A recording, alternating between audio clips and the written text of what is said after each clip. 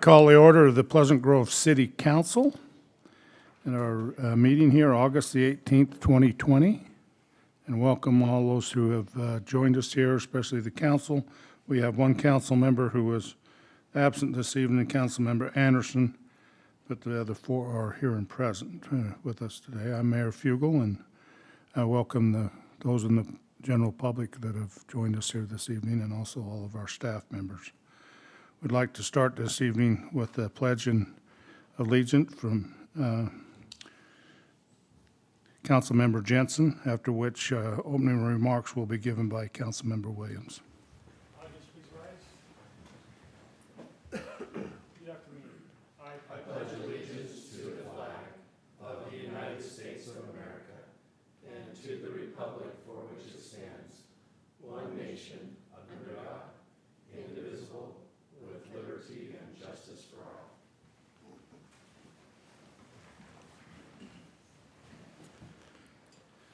Our dear Heavenly Father, we are indeed grateful to come before Thee and give Thee thanks for the wonderful blessings that Thou bestows upon us each day, for this wonderful country, for this city in which we live, and we ask Thee for guidance as we make decisions and prepare our city for the freedoms and for the opportunities that can exist for all.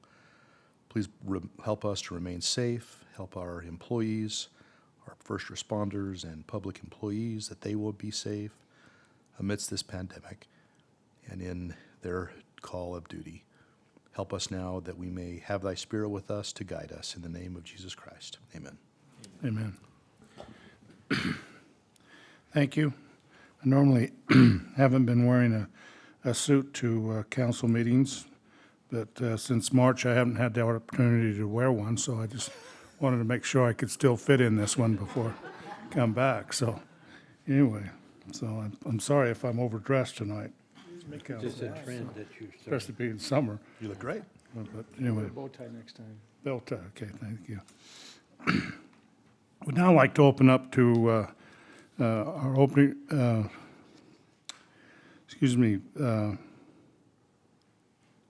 approval of tonight's meeting agenda. Do I have a motion? Mayor, I make a motion to approve tonight's meeting agenda.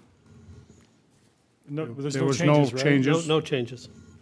We have a motion by Councilmember Jensen. Do I have a second? Second. Second by Councilmember Bullock. All in favor, say aye. Aye. Any opposed? Motion carries. Thank you.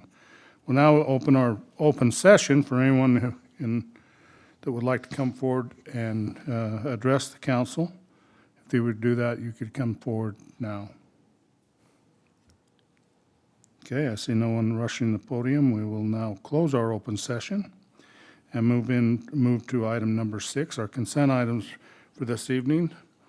And we have consent item A, City Council meeting minutes of our August the 4th. Consider for approval pay request number 1 for Geneva Rock Products on our 1300 West project. Consider for approval change order number 1 for Johnson Phillips for our 150 North Street waterline project, and consider for approval payment number 6 to Kodiak Construction for filters and diversion project, and consider for approval payment approval reports for August the 13th, 2020. So with that, if there's no other further discussion on the consent items, I'd ask for a motion. Mayor, I make a motion to approve tonight's consent items as stated by you. We have a motion by Councilmember Jensen. Do I have a second? Second. Second by Councilmember Williams. All in favor, say aye. Aye. Any opposed? Motion carries. Thank you.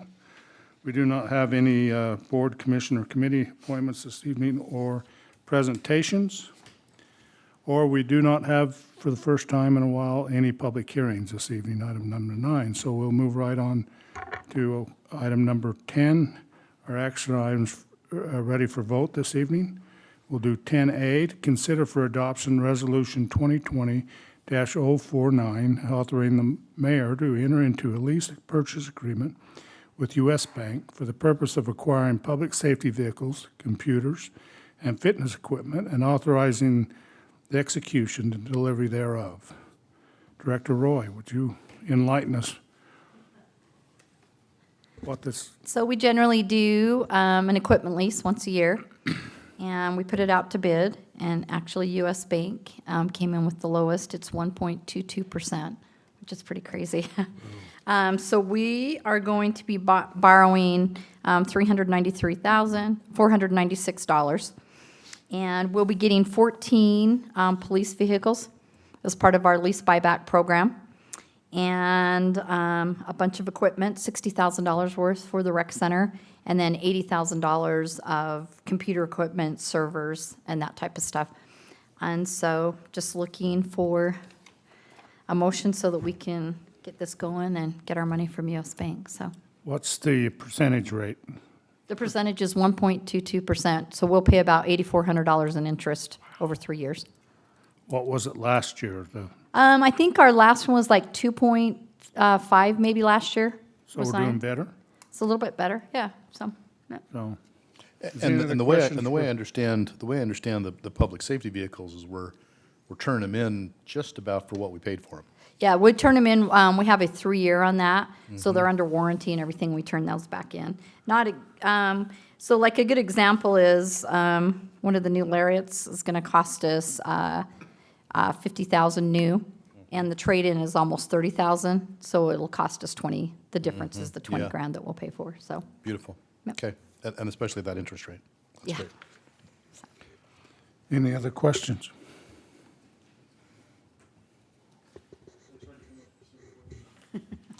No, Mayor, I'll make a motion on this one.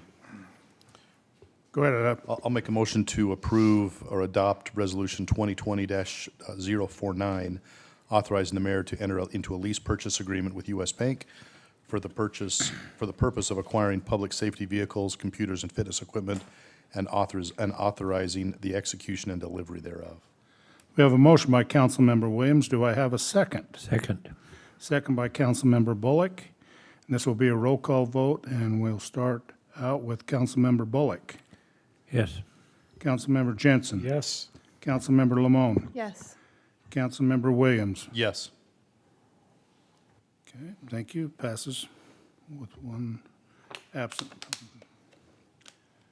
So we'll now move on to our next item, 10B, consider for adoption Resolution 2020-050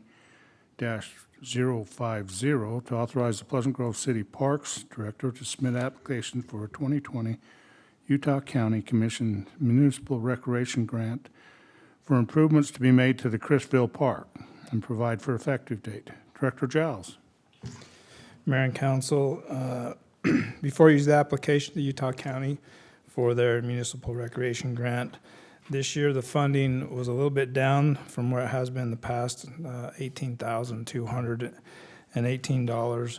$18,218. We proposed that we put in a swing set, a medium-sized play unit, I guess is what you'd call it, and then a couple benches and a trash can at the Chrisville Park. Clean that up. That was built in the 40s, maybe the 50s, and I think a few of the pieces that are there are original. So, I believe that. No, let's say vintage. well, yeah, we were thinking Retro about if they had a pieces. playground museum that we could send these things to. It'd Do you be really? awesome. There is? No, we were wondering if there Oh, was. That was a good one, Dion. Good that job. sounds cool. I'm serious. I asked Taft if there was a playground museum where we could send this stuff to. So anyway, that's what we have before you. The project needs to be completed by May of next year. So, and in talking with Big T Recreation, that's probably doable by about October of this year. No, So, we had a company that was looking at a possible donation. Is that still on the table? Yes, they need it by tomorrow, though. I'll see if I can get it. Tell Taft, Big T that we need a list of 3 items on there that they can pick from or choose all or whatever. okay. Just saying. I know he was at a conference last week. He's working on it this week. He told me by the end of this week, he would hope to have some options for us. So You tell him I have his email, you better shape up here. we'll do. Any other questions for Dion? Okay, thank you, Dion. Thank And you. if not, I'd ask for a motion on Resolution 2020-050. Mayor, I'd make a motion to adopt Resolution 2020-50 to authorize the Pleasant Grove City Parks Director to submit application for the 2020 Utah County Commission Municipal Recreation Grant for improvements to be made to the Chrisville Park and providing an effective date. We have a motion by Councilmember Bullock. Do I have a second? Second? Second by Councilmember Jensen. This will be a roll call vote again, and we'll start with Councilmember Williams, Yes. Councilmember Lamone, Yes. Councilmember Jensen, Yes. Councilmember Bullock. Yes. And thank you, passes. Now move to 10C, to consider for adoption ordinance 2020-18, amending Title 11, Chapter 13, Section 1, names and streets, providing for a criteria for petitions to name local streets, amending Title 11, Chapter 3, Section 4J, street standards, and providing for effective date. And we'll turn time to our general counsel. Mayor and council, the ordinance before you is a product of the request that we've had from an individual, and we receive these from time to time, to ask the council to rename or to do an honorary name of a local road in honor of someone of significance in the community. In the past, our ordinance was provided for that opportunity, but it simply said that it was based upon the approval of the council and didn't give any criteria. So we were directed to research some other cities' criteria and come up with something that we felt was reasonable when these requests come, so that the council had something to evaluate them by.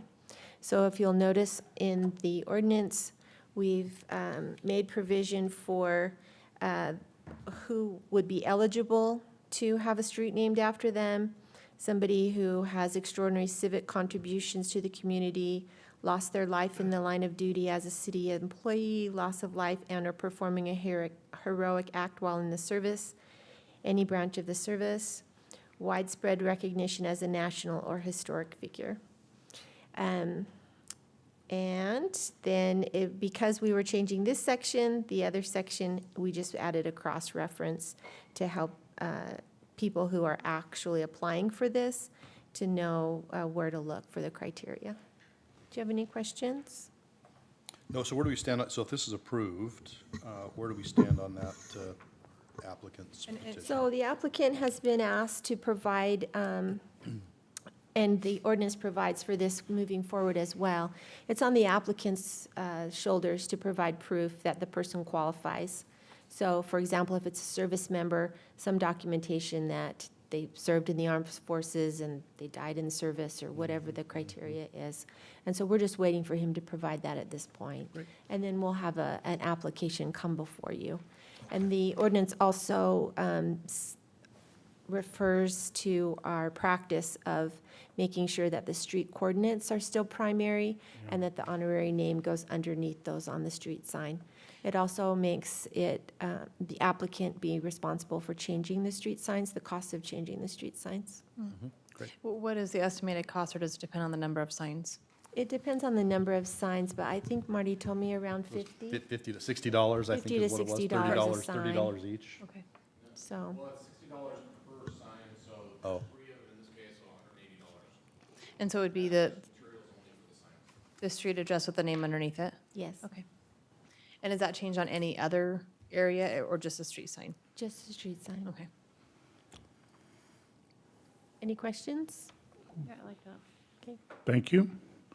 With that, if there's no further questions amongst the council, I would ask for a motion for ordinance number 2020-18. Mayor, I make a motion for adoption of ordinance 2020-18, amending Title 11, Chapter 13, Section 1, names of streets, providing criteria for petitions to name local streets, amending Title 11, Chapter 3, Section 4J, street standards, and providing for an effective date. We have a motion by Councilmember Jensen. Do I have a second? Second? Second by Councilmember Williams. This will be a roll call vote again, so we'll start with Councilmember Bullock, Yes. Councilmember Jensen, Yes. Councilmember Lamone, Yes. Councilmember Williams. Yes. Thank you, passes. And we will,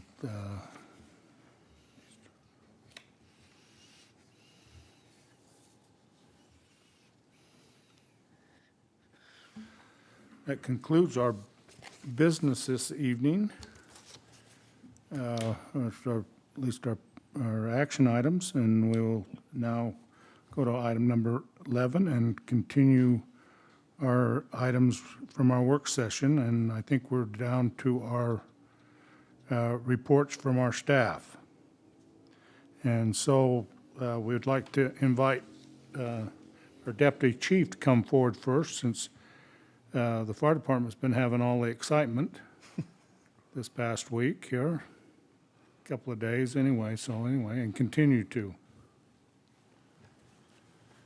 Mayor, Council, yeah, we've had a busy week. The past couple of weeks have been kind of busy. I know probably heard that we had a little brush fire just up Grove Creek, the first little one we had. The guys did a great job stopping that.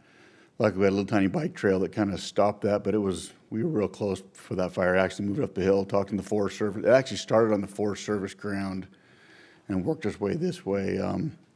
Talked to them, looking at it, and we're talking with the guys. They had a great stop. They did a real good job getting on top of that and getting a good stop on it. With help with American Fork, Lone Peak, and Orm. They all came over and helped us with the brush trucks. The big fire up here, Battle Creek Fire, started just the other day, Sunday. That's pretty much, for the most part, out. They got pretty much contained, although I went to the meeting this morning up the mouth of the canyon. And yeah, they probably be breaking camp down tomorrow, the next day, most likely, and open up both of the canyons. So I'll find out in the morning exactly what they're gonna do.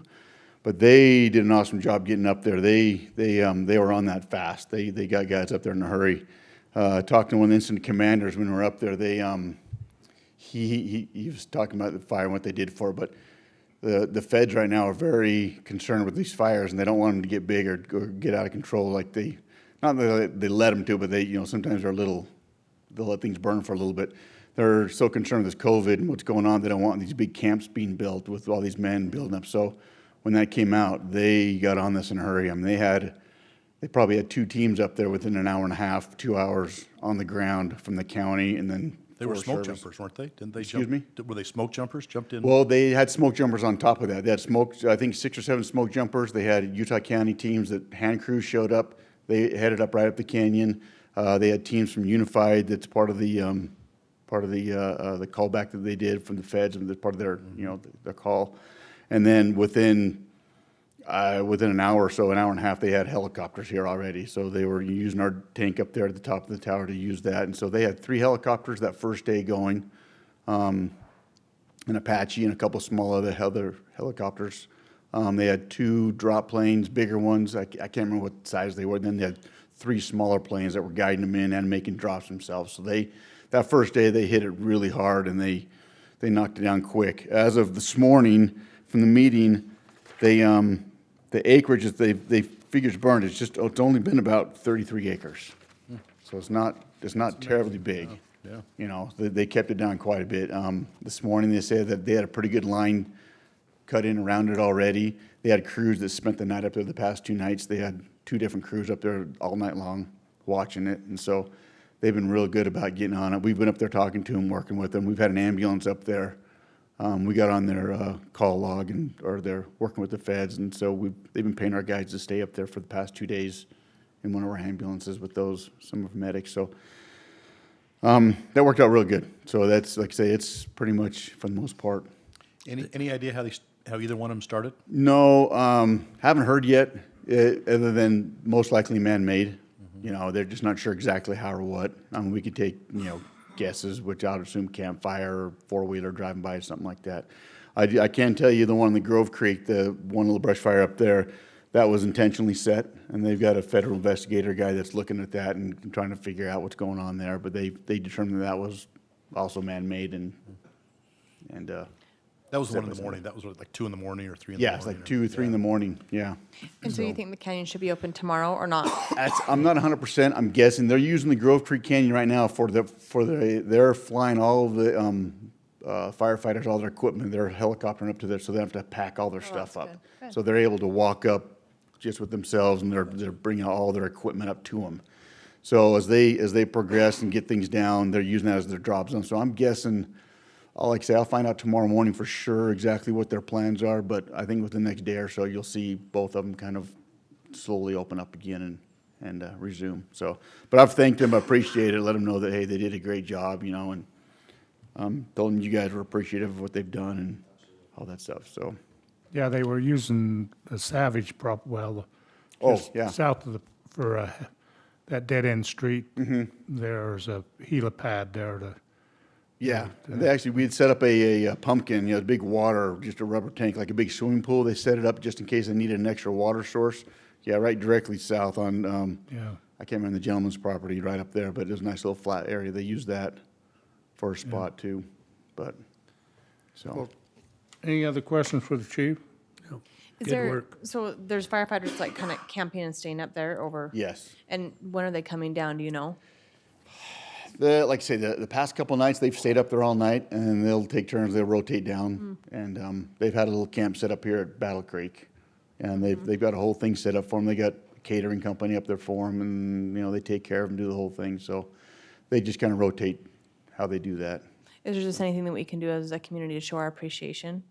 Yeah, you know, like I said, I've been up there talking to them, and just, you know, it's good to get that reaction, you know, interaction with them, and they've been totally supportive of everything we've done. We went up there, and none of our guys went up the mountain; it's just too far up. So me and Chief Gusman hung around and worked with their command, making sure we got the parking lot set up for them, and doing all those other things, you know, make sure people. And they've been great with that. So I can talk to them and find out, but we've got a pretty good relationship with them right now, and it's worked out well. We've done some training with them, and real quick, I'm here. We're going to do some training with some local departments tomorrow too over the pipe plant. We're going to burn some of the weeds out there. We've got them cordoned off, so if you do see a little bit of smoke, that's kind of what it's going to be from. But it's some of these wildland things that we're working on, certifications and things like that. So, yeah. So Russell Hanson, who was our chief at the Forest Service there in Pleasant Grove, he texts me throughout, just keeps me abreast of some things that are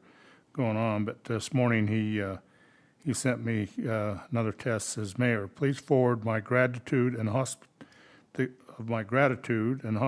to your team has provided during this fire. We really appreciate the use of the water and the trailhead. So That's good. you know, it's great to have that. Russell's a great guy, and we'll have a call. Our monthly call will be Friday, and so I'm sure we'll get another with the mayors that have any that border the Forest Service. So it's been a whole new experience, I think, with our interaction with the Forest Service and how, especially Russell, because he wants to have us part of everything that they've got going on. They They got a few understand new- what you they're know. facing, so. Yeah, they got a few new guys in there. They've been really good about coming by and getting to know everybody and doing some more Yeah. training stuff like that. So it's worked out real good. So Okay, well, thank you. appreciate it. Thank you. And we know the fire season's not over with yet, so. Anyway. Chief, would you?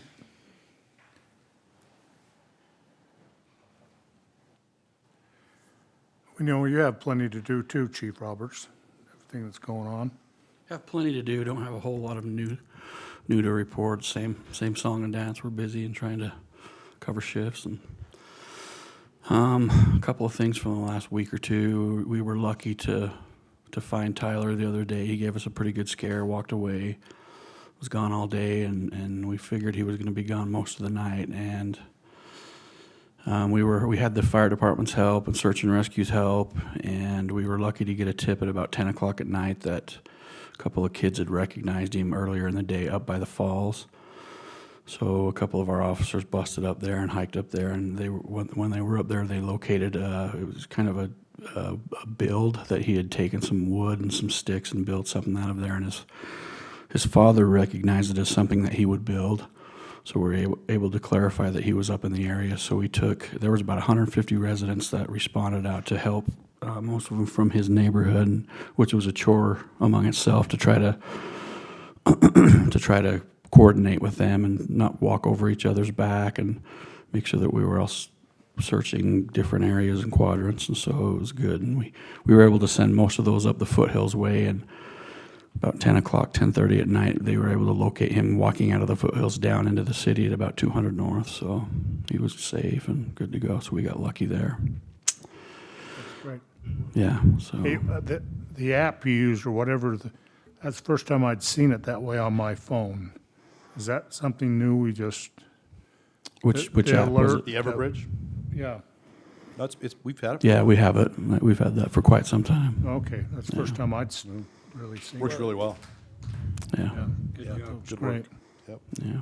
So. One question, so it asks you to confirm the receipt of the message, right? Mhm. Is that important to do that, or is? It'll just keep sending you the message if you don't confirm it. Oh, I see. So it'll continually, and it'll drive you nuts if you don't. And Okay, I had a couple questions on that. Okay, yeah. great, thanks. So if you don't, then it'll. But it's also helps for on dispatch's side because if dispatch sends it out, the confirmation will stop it. So it's one less confirmation they have to worry about on their part. So, and on something that big, it goes out when it goes out to a degree that much, then it's a problem for. They get hundreds and hundreds of calls because people start seeing that and they start calling dispatch back, and so it becomes a huge problem for them. So they have to call extra dispatchers in just to answer those calls, and so. What else? Our investigations division spent the day today in Lehigh working on an ICAC warrant they've been working on real hard for a while and got some great results out of that. Take somebody off the street that needed to be off the street, so that was good. And really, that's all I have, unless you have some questions, or we're just working hard out there trying to keep our heads above the water. You're still down one? We're down One officer? two officers now. 2 officers now. And then we have the 3 that are hopefully about a month out from FTO. Okay. All right. Okay, Keep hiring. Yep. thank you, Chief. Thanks, Chief. Sherry? You know, it really bothers me, the library seems to be real quiet over there. I know libraries are supposed to be, but I just don't see the commotion we used to have around there, so. No, it's not. We haven't had the commotion. I joke that my staff is finally working in the place they dreamed of working. Oh. A library with no people?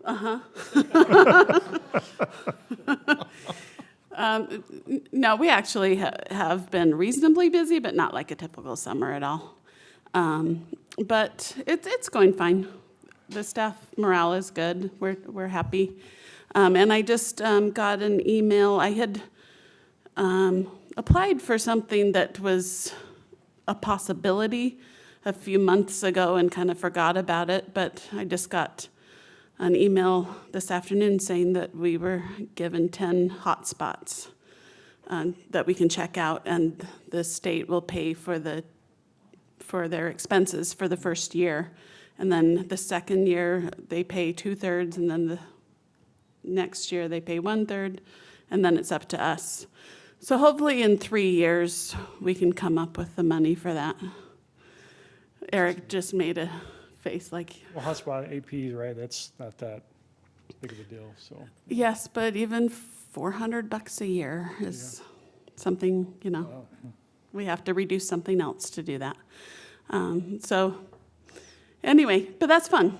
And it'll be fun to see how much it gets used. I think the idea was for people doing homeschooling, because the expectation was more people would be doing it than actually are. So you already have some hotspots or APs in the library. I mean, so Tim Moore, that's a huge No, these coverage. are, Is that what you're we talking don't, about? no, these are checkout, Oh, hotspots you never can mind. check out and Okay. take home with you. All right. I So, was thinking something different. I Yeah. was thinking more IT, yeah. Okay. yeah, so 10 of those. Uh-huh. So, and it limited usefulness for homeschoolers because you can't keep them forever. But still, if they're working on projects or something, that could be nice. Or if people are traveling and want to take them, or, however people want to use them. So it'll be fun to just see how they get used. Okay, Very good. thank you. Oh, I had a question Oh, for her. I do too, actually. Oh, okay, Todd can go first. Okay. No, Let's- you go first. Okay. So I'm just curiosity, right, because library was closed down and then the book return, right? And we probably had a lot of books out. I'm just curious what the percentage of those books have been actually returned. Do we know? Right, because there had to be a lot that just go ahead and keep them for an extra month or two, right? And then at a date certain, we'll let you know, and I'm just curious. Yeah, so back when we closed, we said everything's due June 1st. And so it was kind of chaos and check-in for a few days after that.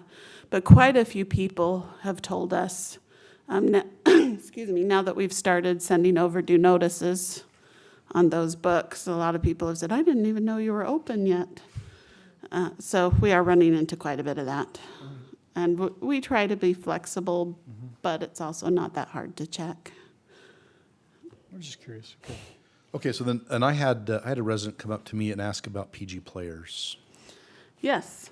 They are, I'm sorry, I don't have the dates offhand, but they're planning to do a radio version of A War of the Worlds. That's their cool. plan. Really? That's like really cool. And it's, you know, Is that a sometime in musical? October. Remember, they did that, how many years ago? The Orson Welles Orson Welles production. from like years ago, and they did it over the radio. Yeah. It's So cool. it terrified, back when they did it, Yeah. it terrified Yeah. lots and lots of people. Yeah. It wouldn't now because it sounds dated, but it's still fun. Okay. All right. It'd be really fun. All right. Kind of a Halloween-ish. Mm-hmm. Oh, that'd be good. All right, cool. Tyler, would you come up? Tell us what the,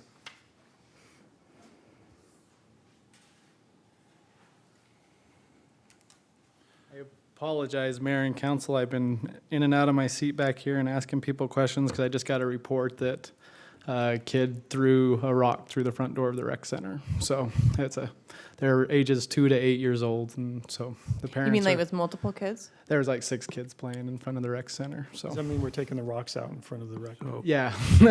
So, One was Tyler's son. yeah. So it went through the window. It went through the main front door and shattered. So the police arrested him, I assume, and they're in Yes, custody? that's I talked to the chief of police and Homeowners insurance. yeah. And also, did they taser? I don't think so. But yeah, so I'm just trying to, So- I'll be having a trip up there to see what the damage is after. And our Stay watch during the night? Bill's already on his way to board it up, and we love Bill, and he takes Yeah. care of us. So, Good. just a couple things, Mayor and Council. This last weekend, you might have, if you drove by Discovery Park or lived by Discovery Park, you noticed that there was a big baseball tournament there. And we partnered up with ProLook Sports. There's a couple of residents that used to live in Pleasant Grove, Jackson Karen and Kyler Johnson, that worked there. And they wanted to hold a baseball tournament with some Super League teams. They have some kids involved in Super League as well. And they wanted to hold a baseball tournament and have the proceeds go towards autism and this All In for Autism, this hat I've got. And they're looking to do this yearly and want to come to Pleasant Grove, and they think we have, or they say we have great facilities, so they want to be able to use those fields and show some of these other teams and stuff. So we had about 21 teams in the tournament, and it went over Friday and Saturday, all day and night. And Mayor, they gave me this hat to give to you as a thank you. So all in. I come bearing gifts tonight. So So explain what the rap music was going. So they wanted to make it extra special. And so every kid, they had their walk-up songs. Oh, cool. And so yes, you heard a lot of music, and I'm sorry. It was hours of it. I'm sorry. Hours of it. Yes, every time everyone is up to bat, they got their walk-up song, just like the pros. Oh, my so. word. You just There goes again. during that time, Brent. You just need to go to a I'll movie. give you a little warning next time, Brent. Or oh wait, you can't go to a movie. I didn't mind go. it. I didn't mind it, except some of it I didn't recognize. So it was within the last 20 years. And then one other event that happened last night, we have now been running men's fast pitch softball in Pleasant Grove for 50 years. And they had their 50? Yeah, 50. And Jeff Wilson, a former city councilman, has been running that. His dad started it 50 years ago. Jeff took over running it 38 years ago. And it's awesome that it continues to go year after year, and it brings teams from Salt Lake and all over. These companies send teams, and it was just really awesome. They had a Legends game, And we had guys in wheelchairs out there throwing a pitch, the ceremonial pitch. And Wow. it was a really cool event. And so Jeff made some shirts, and I also come bearing gifts tonight for you and the council. This is the fast pitch shirt, and then on the back it's got the 50 and all the companies and teams from 1971 to 2020 Wow. that have been involved in that. And so, That's really cool. yeah, it's a really awesome thing we got going in Pleasant Grove, because it's not a league you usually see from city to city. And Jeff's really kept that going. And we honored him last night with a plaque and thanking him for his service and So keeping is that a that league position going. he has with the rec center or something they put on separately outside of the rec center? He's a supervisor for us for the rec center and runs the league. And he also runs all of our concession stands and And he's been doing that for how long? 38 years. I don't know the concession stands for sure, how long he's been doing that, but the Wow, league for sure. That's awesome. Yeah. Makes a good hamburger. And he makes a good hamburger. So I've got shirts in the box back there, and Mayor, I'll get you this hat. And those are just some of the events that we've been running. And so You got any large sizes? In those we do. So You'll need two. any other questions or anything for? Anything else? Anybody ask any questions? No, Go great. see what's Appreciate it. going on with the rec center after Nice this. work. So Thank Yeah. you. Good work. Get their homeowner's insurance policy number. Marty, we haven't forgot about you back there in the back, so that's, Do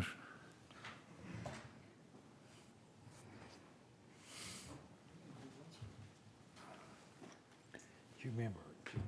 Lots of things going on in Public Works, lots of projects moving forward. Let's see, we did, as soon as the fire started up there, Greg was right up there on that water tank watching, and we were trying to aware of the proximity of that fire to our springs. I got a call probably by 12:45 or so. Hey, there's something up here. It's by our springs. We don't think it's impacting them, but already had a plan worked out to make sure we got those shut down if we needed to make sure we didn't suck any of that soot or air into the system and cause some contamination concerns. So Would you have had to have sent someone up there to turn them off? no, we would have diverted it at the bottom. We have an ability to kick it into the stream at the very bottom where it comes before it comes through the power station. So we would have been able to divert everything down lower. But yeah, you just got to watch that. Just got to make sure that you're would have maybe damaged some of the infrastructure up there, but if it would have went through that area. But at the same time, we would have shut it all out, kicked it into the stream, and then made sure that it was clean before we would ever put it back into the system. So Is And then- the flow about the same as it's been? we feel pretty good about the flows that we currently have. It's been a dry year, I think, Yeah. all of our flows. So it's really kind of hard to determine the effectiveness of the spring project, and we don't know what it would have been had we not done that. However, we do know that the project produced a lot more water. We got some of those sources that were currently going into the stream that were just broken pipes and Yeah. leaks in the pipes. All of those were taken care of. So very confident that we really had a very good project to make it safe for the future and really get a little bit more water coming into the system as well. So that project is finished now, and we didn't have anybody up on the mountain to worry about there as far as bringing them down or needing to get up there. We do have somebody going up. Jerry's going up in the morning to check things out with I think the Division of Drinking Water, just to kind of finalize that project up with the Division of Drinking Water. So we've got the filter station. I get questions about what's going on with our filters and whether or not the filters are working. On secondary? On the secondary. So if everybody remembers, we had this big kind of delay in all of the materials and equipment getting here, and that delay carried down to all of our filters getting here about 3 months late. And so we intended to have everything in service for the beginning of the season. And everything got kicked back because it was coming from Italy. A lot of the filters that we purchased were made in Italy and shipped over. By the time we got them here, got them in, we've had them in now for about a month or so. The contractor has got them, put them in. But during that time, we've also now got to rely on Central Utah Water Conservancy District to get them in service. They're the ones that actually manage those filters in their vaults. So they've not, once we get them in, the process isn't just turn a switch or turn a valve and they automatically work. They manage them with all of their SCADA systems and power systems. And so their personnel are there operating and functioning those, are operating those daily. And so that's where we're at right now, is last week we tried to get in those vaults and get them operational. As soon as we kicked the first one on, there was an issue with some of the power, and the contractor is now back in there trying to get that power fixed with their electrician to get that kicked back on. And I haven't heard of a rescheduled date. We expected it to be probably next week that we'll get back in there. We are intending to run them this year and run the water through the filters. We want to make sure everything's working, functional, and so that we're hitting the ground running for sure the beginning of next year. But everything, because of the COVID setbacks, has pushed everything back to this point. So we were hopeful as well. We've been hearing a little bit more of some more moss flows and things like that getting in people's filters. And so we are pushing that to try to get them to do it. That's why we got them going last week, to try to get that running. They aren't ready with the SCADA system, but they're going to run them manually just to try to get that up and operational for the time being till they can get their SCADA system going. So anyways, that's where we're at with it, just so you have an update if people are asking. We are pushing it to get done. We are trying to get it done here, hopefully in the next week, so that here at the end of the season, as we start to see those, with the hotter weather, with the flows slowing down a little bit, we can try to capture that and get that functional and operational here for the end of the season, which is where we had the biggest concern on that system, is really towards the end, not so much in the middle. So any questions on that? No, great, thank you. With the 13th West, we're going on all those projects. They'll be paving on Friday, the first half of 1300 West off of Pleasant Grove Boulevard. And then they'll be milling up the other side next week. I think the curb and gutter and sidewalk were being poured yesterday and today. So there's a lot of movement going on that. They're moving on that. The Boulevard, we just had a final walkthrough on the McKay Christensen development with regards to the improvements on PG Boulevard and 100 South. There are a few punch list items that will be taken care of there, and then we'll be able to get that back open. One of them is the striping of Pleasant Grove Boulevard to open it up to 2 lanes going towards the interchange. That should be able to happen here shortly as they finish up their punch list items. Is that 2 lanes from State? State Street all the way to the Boulevard. We should be able to get all that restriped and opened up 2 lanes all the way out. Great. Coming back, we do have a little bit of a bottleneck still there by the Curtis Minor buildings. 220 South is it next down there. We still have that one piece there, which we know is in discussion with development, as well as the city owns that piece of property we got the corner piece that's not owned by us, but then we own the next 2 parcels next to that we're discussing. So, yeah, PRV project's going. There's a million other projects going on. 150, we finished up that. They're finishing up final punch list items this week, so that's all completed and will be finalized as well. So I think that's it. Any movement on First East from the county? Other than I did have a conversation with Glenn Tanner this last a week and a half ago, and his discussion was that due to the COVID things, everything's kind of just slowed down at the county. A lot of people working from home, not able to really come out and get that done. And so what he committed was that we would be starting that in the spring and get the project done in the spring. So it's way too late at this point to start a design and get it bid out and done before really October 31st. October 15th is what UDOT says. We usually go till about October 31st with our paving project. So got just over 2 months by the time you get that design and bid. There'd be no way to get it done this year. So really, it'll be a first of spring project that we'll work with them on getting. So are we on the schedule then? According to Glenn, we are on the schedule, and he said we will start that work the first of the spring. So again, there's not a written, I guess, a schedule of that project yet, but we'll be getting one as we get going here, Sid. So it will be pushed. So, and they have made that commitment. They said they would get it done. So, all right. Any other questions? No. Good work. Okay. Thank you. Good work. Dion?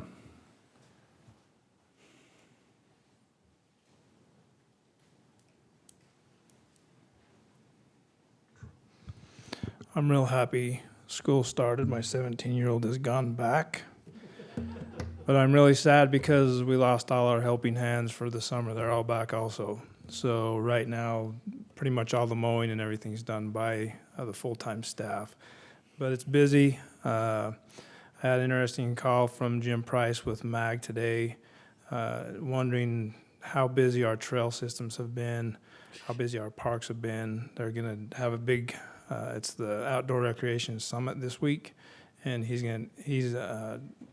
doing I guess a talk or something about the use and how it's increased from COVID from this summer on. And so we had a ton of questions. It was about an hour-long phone call, and it went pretty good. But I think from listening to him, everybody in the county is in the same situation that we are. They're seeing a lot more outdoor use, outdoor recreation, and it's a good thing. But the concern he had was, is it going to stay and be this high and maintain at the high use that we have now? So that's something we're looking at with our trail systems, just making sure that we're going to have the resources to take care of that whenever we get moisture. So pray for moisture because we really need it. So we're just busy. With that company that would be willing to help with Chrisville Park, could we get with them before we submit that grant and possibly, depending on how much they're willing to donate, use that grant for another park in the city, like we were talking, even Anderson Park possibly? We could.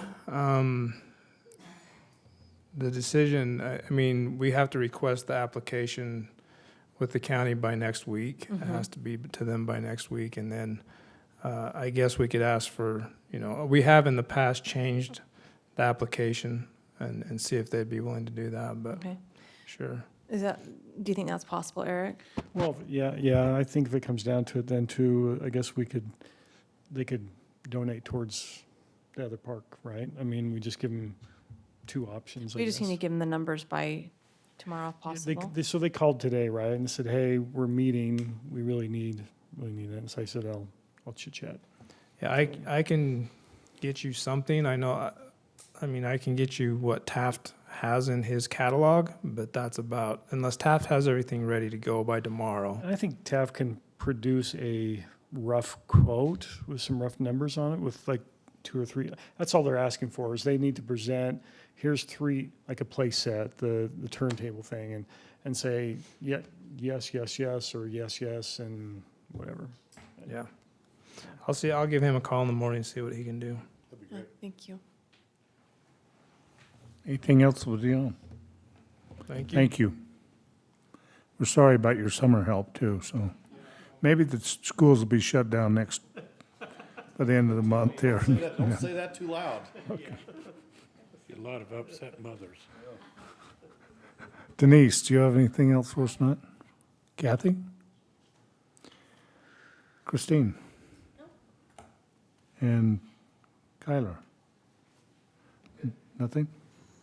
Scott, would you add anything else we need and Yeah, just- talk about our next? Yeah, Tech, let me start with, let's start with the agenda in 2 weeks. So we already do have a few things on here. For our work session, we're going to do another community service award for Kyle and Carrie Fox for Follow the Flag and recognize them for what they've done for our community. Judge Birch has requested to come and give you a brief update on what's going on in the courts with the changes with COVID and how his world has changed, and he just wants to come and update you on that. And then we'll also finish up our discussion on the downtown transition zone that we started about 4 weeks ago, where we took a look at some options on what to do with that transition zone. So Daniel's done some research, and he'll present that back here in a couple of weeks. I want to let you know I have reached out to the Arts Commission, Library Board, Beautification Commission, to invite them to come and give you a report, and we could recognize them and tell them thanks. So still waiting to hear back, but they'll be on some future work sessions here leading up to before the end of the year. We have some public hearings scheduled. One of them is for a rezone from some property. The applicant's James Hancock to take about 3 acres that's currently RR, rezone it to an R18. We have a couple items that discuss, as we talked about accessory buildings the other day. This is another part of that where we're now going to talk about the height of the structures, which is going to be in R1 zones and the RR zone. So it'll be similar discussions, but the code is divided between the R1 and the RR, so it will be the same requirements for both zones, but it would have to be 2 different actions in order to do that.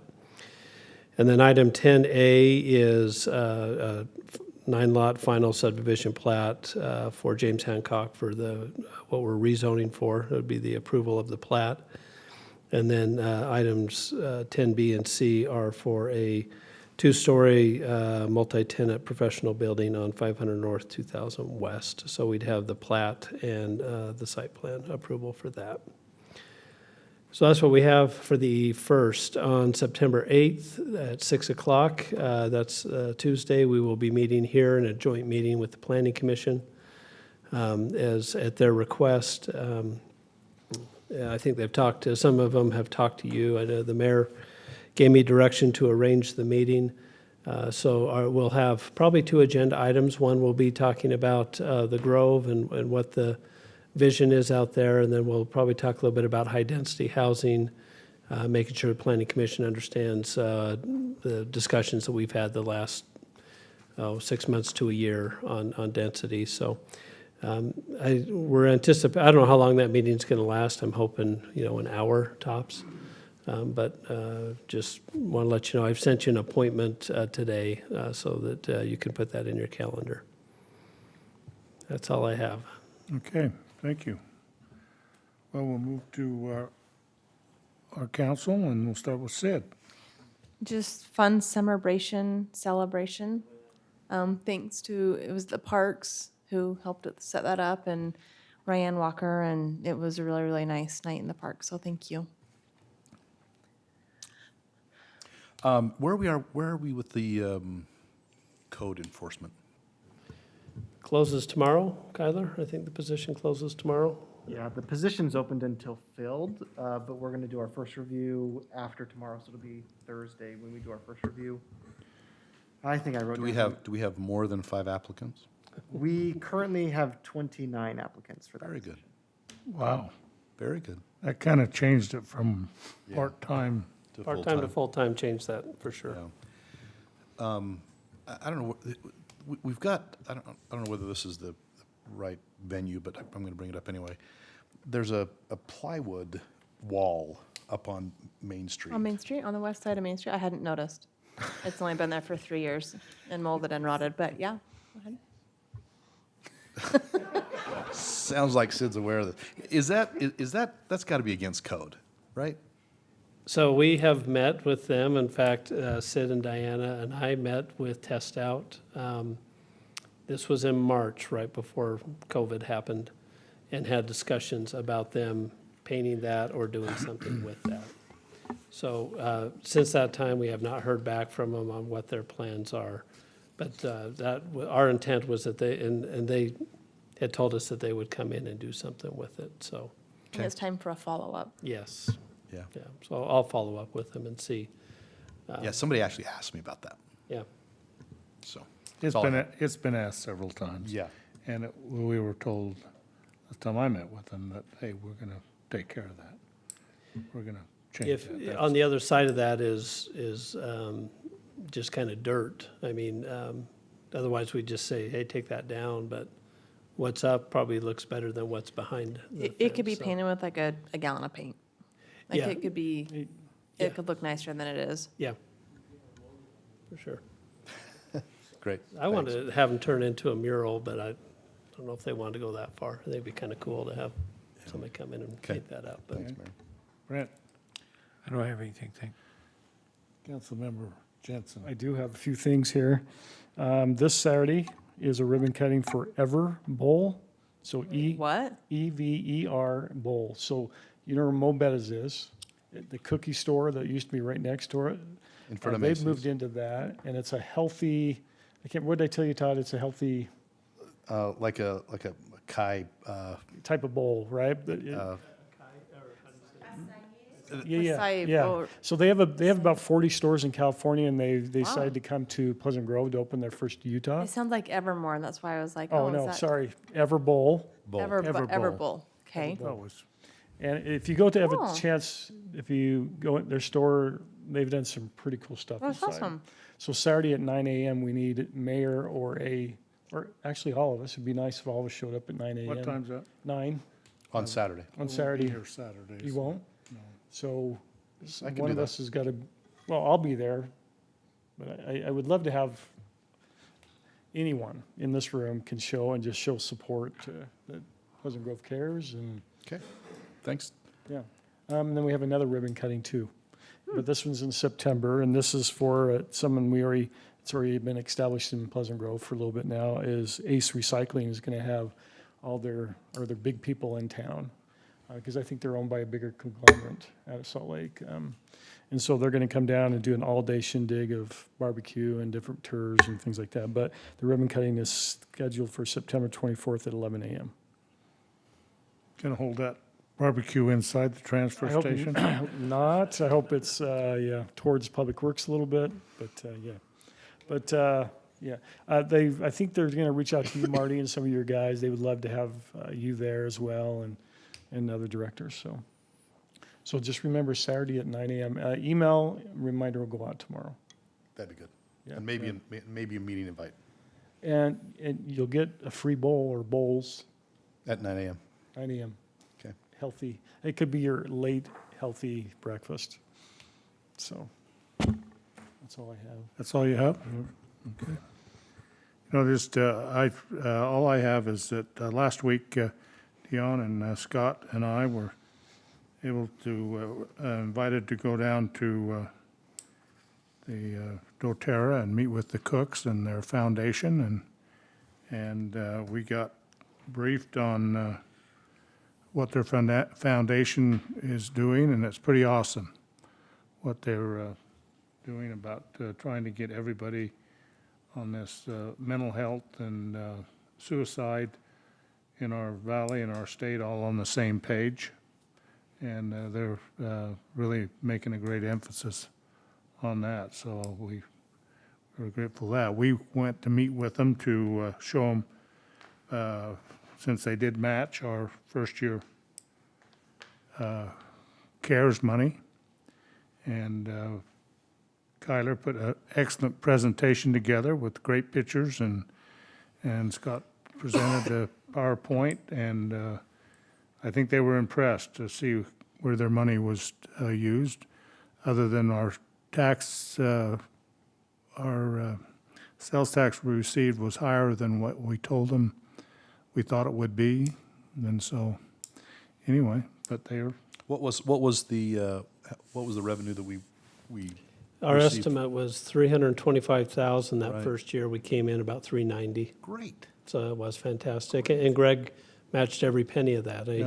His commitment was, whatever that first year receipt is. So initially, we just gave him an estimate, and then he made a few payments based on that estimate. And then when we got all the receipts in, he says, I'll make you whole with whatever's left. And so it's fantastic.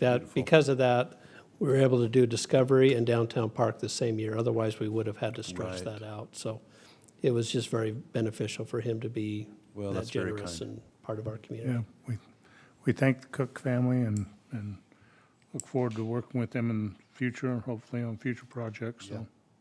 Anyway, that's all I have this evening, and so entertain, if there's no other, anything the council would like to, I'll entertain a motion for adjournment. Mayor, I'll make a motion to adjourn. We have a motion to adjourn, do I have a second?